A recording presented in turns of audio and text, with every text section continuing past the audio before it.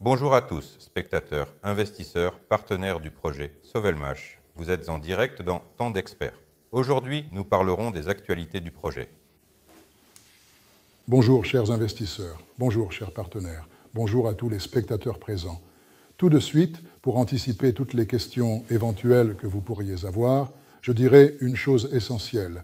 Nous avons effectivement reçu les toutes dernières données concernant le chargement. Nous avons bien reçu le numéro de chargement ce lundi matin. 2 parties importantes avaient déjà été validées et approuvées. Il n'y avait des remarques ou des observations que sur une seule et unique partie restante. Aujourd'hui se tient une importante réunion au cours de laquelle tous les projets en cours sont examinés en détail, y compris les informations complètes et précises sur les résultats de la commission.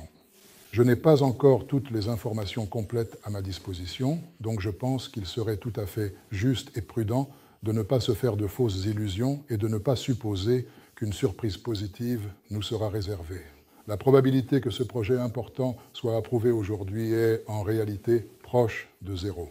Nous attendions avec une grande anticipation le moment tant espéré, qui est enfin et véritablement arrivé, où nous pourrions commencer à tester ces moteurs puissants et performants, fabriqués de manière industrielle avec une précision remarquable.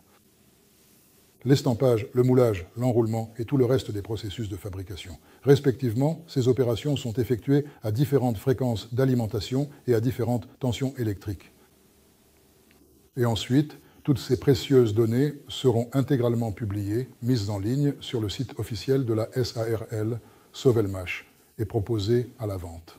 Mais elles ne seront pas seulement proposées à la vente libre. Des négociations sont également en cours pour la fourniture de ces moteurs de certains modèles spécifiques pour fonctionner en association étroite avec des équipements divers et variés.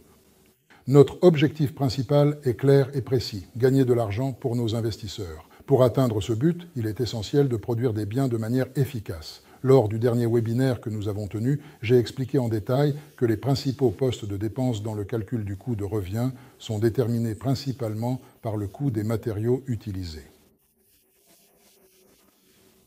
C'est pourquoi il est le plus avantageux de produire des articles à forte consommation de matériaux et en très grande quantité, ainsi que ceux qui fonctionnent à des fréquences suffisamment élevées pour rester pleinement compétitifs. Par exemple, celui-ci fonctionne à 50 à 75 Hz. Au-delà de cette plage, il y a des pertes significatives dans le fer et le moteur risque de brûler. Cela fonctionne à 600 Hz, mais 1,5 kW et 1,5 kW ici et là. Ces moteurs peuvent être vendus un peu moins cher que ceux d'1,5 kW, tout en générant de bons profits. C'est pourquoi ce projet vise à gagner de l'argent grâce à la commercialisation de produits intégrant des solutions brevetées basées sur notre technologie. Et je voudrais préciser que ce moteur ne provient pas d'une meuleuse d'angle. Il y a 30 paquets. J'ai parlé de 1,75 kW. Ici, il y a 40 paquets, ce qui correspond à plus de 2,2 kW. La disponibilité de technologies de série nous a permis de modifier radicalement la conception du moteur. Ce n'est pas le principe qui a été modifié, mais bien les éléments de construction. Nous avons pris un risque et cela s'est avéré payant. Ce petit arbre de rotor peut-il supporter une charge d'1,5 kW? Il le peut absolument, parce que la puissance mécanique, c'est le produit du nombre de tours par le couple moteur divisé par le facteur constant de 9,150. En conséquence directe, le couple sur ce moteur spécifique, à disons 3000 tours par minute et à 18 000 tours par minute, est fondamentalement le même. Cependant, de tels moteurs sont toujours utilisés avec un réducteur de vitesse, ce qui est essentiel pour leur fonctionnement optimal. Il est très intéressant de noter qu'il s'agit maintenant d'un petit camion compact qui circule avec aisance dans les cours. Puisqu'il possède une capacité de charge impressionnante d'1,5 tonnes, il s'agit véritablement d'un entraînement puissant et efficace. Nous disons qu'avec un tel entraînement, mais seulement avec 70 paquets.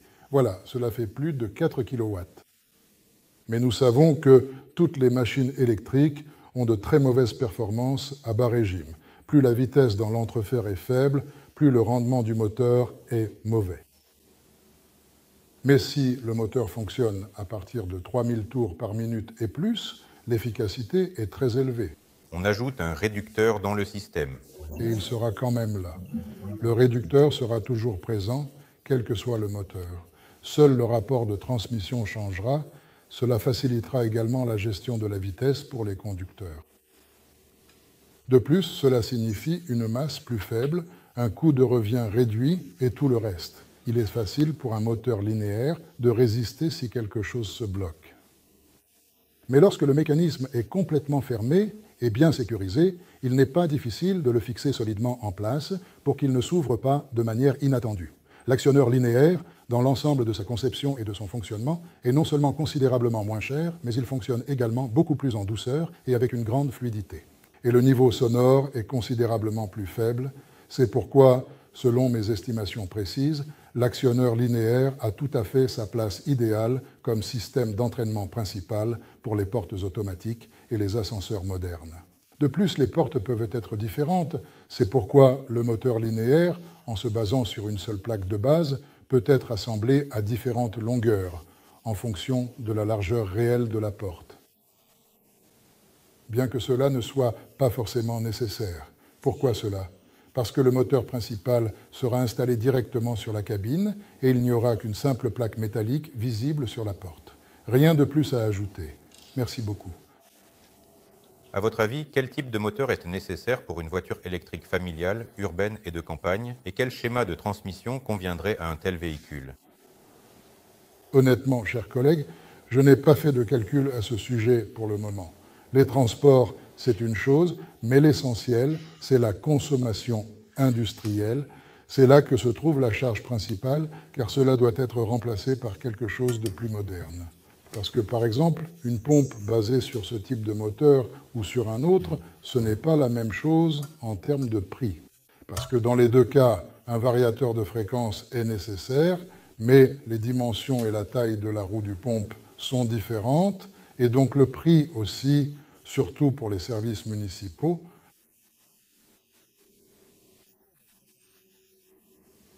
C'est pourquoi il existe en Russie des entreprises qui fabriquent de bonnes pompes.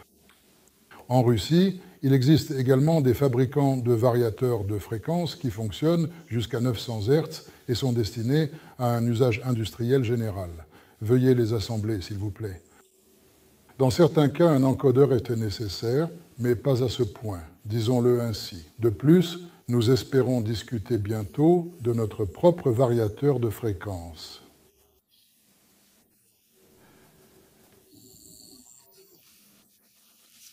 Nous parlons maintenant du fait qu'il est possible de contrôler ce moteur sur le marché. Pourquoi pas ? Oui, il est possible de l'intégrer dans un boîtier, mais dans ce cas, il faut concevoir le boîtier de manière à ce que le variateur de fréquence y soit intégré dès le départ. Cela simplifiera et réduira considérablement le coût du câblage. C'est pourquoi, en travaillant bien avec nos partenaires, nous pouvons vraiment surprendre le monde.